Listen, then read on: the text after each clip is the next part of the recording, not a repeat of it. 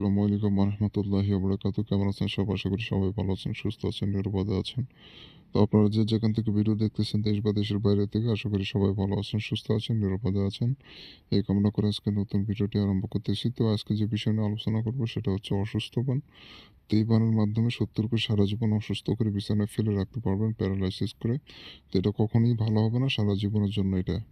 তো বন্ধুগণ অনেকে আছেন আপনার লক্ষ্যগুলো দেখতে পারবেন যে আপনার চারিপাশে অনেক ব্যক্তি আছে যারা প্যারালাইসিস হয় এবং ডাক্তার দেখালে পরবর্তীতে ভালো হয়ে যায়।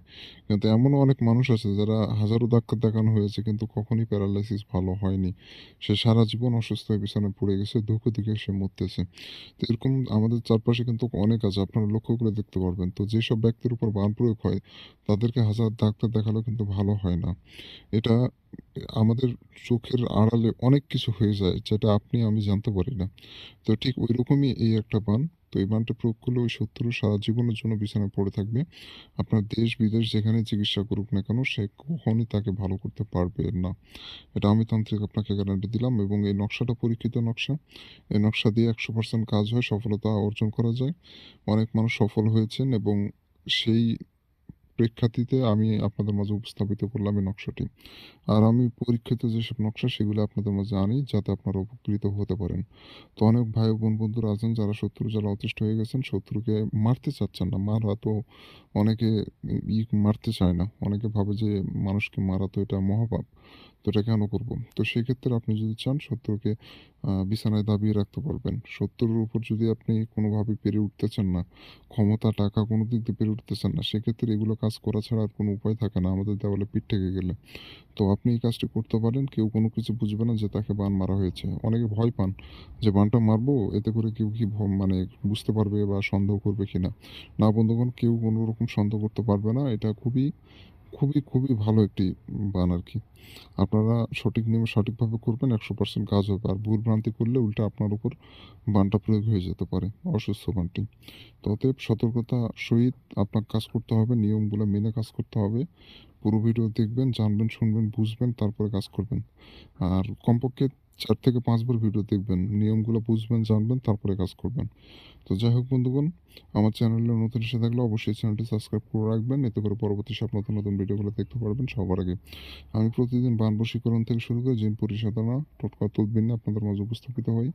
তন্ত্রমন্ত্র জগতের ভিডিও এবং কারো জাদু শেখার জন্য অবশ্যই আমার চ্যানেলটি সাবস্ক্রাইব করে রাখবেন। আমি নিয়মিত আপনাদের শেখানোর চেষ্টা করব ইনশাআল্লাহ। তো যাই হোক, এই কাজটি করতে গেলে যেটা করবেন সেটা হচ্ছে কি একটা সাদা কাগজ নিতে হবে আপনাকে। সেই সাদা কাগজের উপরে সম্পূর্ণ নকশাটা আপনাকে লিখতে হবে। সাদা কাগজ একটা সংগ্রহ করবেন, কাগজটা যেন ফ্রেশ হয়। কোনো রকম নোংরা আবর্জনা যেন কাগজে না ভরে থাকে, মানে পবিত্র কাগজ হতে হবে। তো যখন নকশা লিখবেন নিজেও পাক পবিত্র থাকবেন। যে জায়গায় বসে নকশা লিখবেন জায়গাটাও যেন পাক পবিত্র থাকে। আপনি নিরিবিলি জায়গায় বসে সম্পূর্ণ নকশা আপনাকে লিখতে হবে লাল কালি দিয়ে। লাল কালি দিয়ে সম্পূর্ণ নকশা আপনাকে লিখতে হবে। আর নিরিবিলি জায়গায় বসে নকশা অঙ্কন করবেন কোলাহলমুক্ত জায়গায়। আ আশেপাশে কেউ যেন না থাকে, নকশা লেখা অবস্থায় কারো সাথে কথা বলা যাবে না। তো বিষয়টা মনোযোগ দিয়ে বুঝবেন আগে। কোলাহল মুক্ত জায়গা অর্থাৎ যেখানে লোকজন কম এবং একাকী বসে সম্পূর্ণ নকশা কমপ্লিট করবেন। আপনার নকশা অর্ধেক লিখে রেখে আবার কিছুক্ষণ পরে এসে আবার লিখতেছেন তাহলে কিন্তু হবে না। যখন নকশা লিখতে বসবেন তখন পুরো নকশা লিখে তারপর ওখান থেকে উঠবেন। তার আগে উঠবেন না। আশা করি বুঝতে পেরেছেন। তো নকশা লেখা অবস্থায় কারো সাথে কথা বলা যাবে না, ফোনে কথা বলা যাবে না। অন্য কোনো জিনিস ভাবা যাবে না। মনের মস্তিষ্কে অন্য কোনো জিনিস রাখা যাবে না। আশা করি বুঝতে পেরেছেন। তো এভাবে করে আপনাকে নকশা অঙ্কন করতে হবে আর এই নকশাটা আপনার সোমবার অথবা মঙ্গলবার এই ২ দিনে যেকোনো একদিনে নকশা দিয়ে কাজ করতে পারবেন। এই ২ দিনের বাইরে অন্য কোনো দিনে নকশা দিয়ে কাজ করলে কিন্তু নকশা কাজ করবে না। অবশ্যই আপনাকে এই ২ দিনে যেকোনো একদিন ধার্য করে আপনার নকশাটা লিখতে হবে। আর এই নকশাটা রাত ১০টার পর লিখবেন। নকশাটা রাত ১০টার পর লিখবেন। আর অন্য দিনে যদি লেখেন সেক্ষেত্রে নকশা কাজ করতেও পারে, নাও পারে, এটা গ্যারান্টি দেওয়া যাবে না। আর রাতে যদি অঙ্কন করেন সেক্ষেত্রে নকশা কাজ করবে ১০০%। তো এগুলো সবকিছু মেনে আপনাকে নকশা লিখতে হবে। আর এই নকশাটা মূলত দ্রুত লেখার চেষ্টা করবেন ১০ থেকে ১৫ মিনিটের মধ্যে। আর বেশি সময় লাগানোর চেষ্টা করবেন না। দরকার হলে প্র্যাকটিস করে নেবেন আগে। তারপরে আপনি নকশা লিখবেন। আশা করি আপনি ১০ থেকে ১৫ মিনিটের মধ্যে লেখা শেষ করতে পারবেন। কারণ মানে নকশা লিখতে দেরি করলে যত দেরি করবেন তত নকশার ক্ষমতা কমে যাবে। আর যত দ্রুত নকশা লিখবেন তত নকশার ক্ষমতা বৃদ্ধি পাবে, শক্তিশালী হবে। আশা করি বুঝাতে পেরেছি। তো যাই হোক, আপনার নকশা লেখা হয়ে গেলে নকশার নিচে আপনাকে যাকে প্যারালাইসিস বা অসুস্থ বানাইতে চাচ্ছেন তার নামটা এখানে দিয়ে দিবেন নকশার নিচে, তার নিচে তার পিতার নাম দিবেন। প্রথমে দিবেন শত্রুর নাম, তার নিচে দিবেন তার পিতার নাম।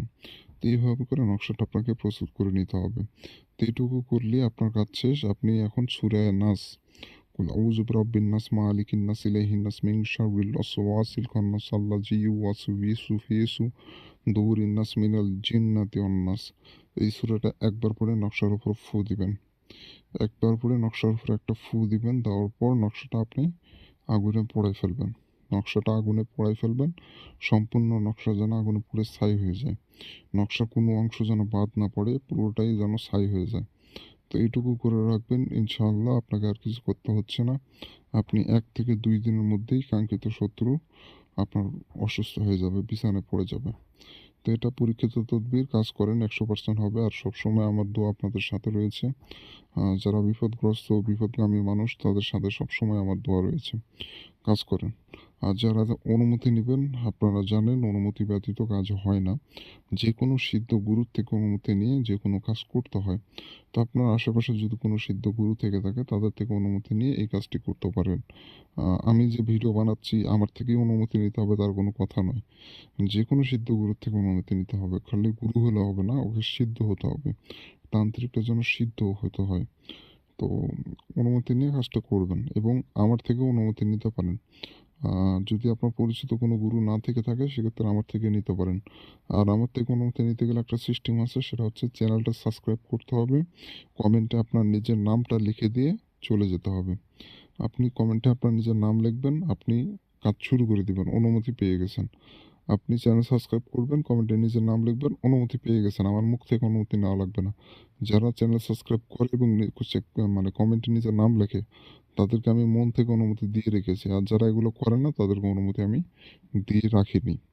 আশা করি বুঝাতে পেরেছি। এই হচ্ছে বিষয়। তো যারা ব্যক্তিগতভাবে যোগাযোগ করতে চান, স্ক্রিনে দেওয়া নম্বরে এই মুহূর্তে এসে যোগাযোগ করতে পারবেন বা হোয়াটসঅ্যাপে। আর ফোনে কল দিলে পাবেন না, ফোন বন্ধ থাকে ভাই। কারণ অনেক মানুষ কল দেয় অহেতুক। আর এই মুহূর্তে এসে কল দিবেন, সমস্যার সমাধান করার চেষ্টা করবেন ইনশাল্লাহ। তো ভালো থাকেন, সুস্থ থাকেন, দেখা হচ্ছে পরবর্তী